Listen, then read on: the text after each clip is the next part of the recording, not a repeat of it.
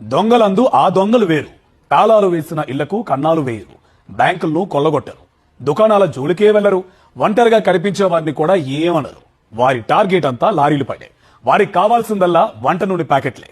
వినడానికే వింతగా ఉంది కదూ. ఇంతకీ ఆ దొంగలు ఏం చేశారు మీరే చూడండి. ఇది భద్రాద్రి కొత్తగూడెం జిల్లా అశ్వరావుపేట. ఏపీ తెలంగాణ రాష్ట్రాల సరిహద్దు ప్రాంతం. ఇక్కడున్న రహదారిపై నిత్యం వేలాది వాహనాలు రాకపోకలు సాగిస్తూ ఉంటాయి. ఈ రహదారిలోనే దొంగల ముఠా ఒకటి తిష్ట వేసింది.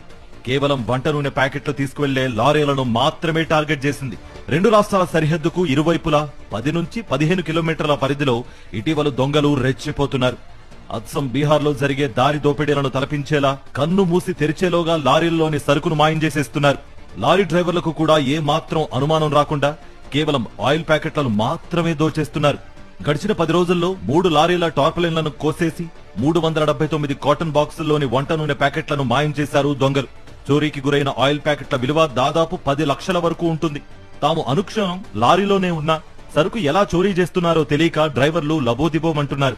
అశ్వరావుపేట చెక్పోస్ట్ వద్ద డాక్యుమెంట్ల తనిఖీ, టీపీ పేమెంట్ల కోసం 20 నిమిషాల పాటు ఆగుతామని, ఆ సమయంలోనే ఏదో జరుగుతోందని లారీ యజమానులు అనుమానిస్తున్నారు. గత నెల 23, 29, 31 తేదీల్లో కాకినాడ వంట నూనెల ప్యాకింగ్ యూనిట్ నుంచి 202G కోడింగ్ తో తెలంగాణలోని మంచిర్యాలకు బయలుదేరిన లారీల్లోని 6,000 లీటర్లకు పైగా ఆయిల్ ప్యాకెట్లను లూటీ చేశారు దొంగలు.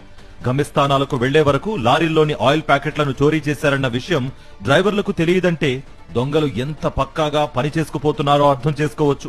10 నుంచి 15 మంది ఉంటే తప్ప ఇలాంటి దారి దోపిడీలు అసాధ్యమని అంటున్నారు లారీ డ్రైవర్లు. బాధిత లారీ డ్రైవర్ల ఫిర్యాదుతో పోలీసులు యాక్షన్ లోకి దిగారు. సరిహద్దుల్లోని స్థానిక దుకాణాల్లో చోరీకి గురైన 202G కోడింగ్ ఆయిల్ ప్యాకెట్లను గుర్తించారు.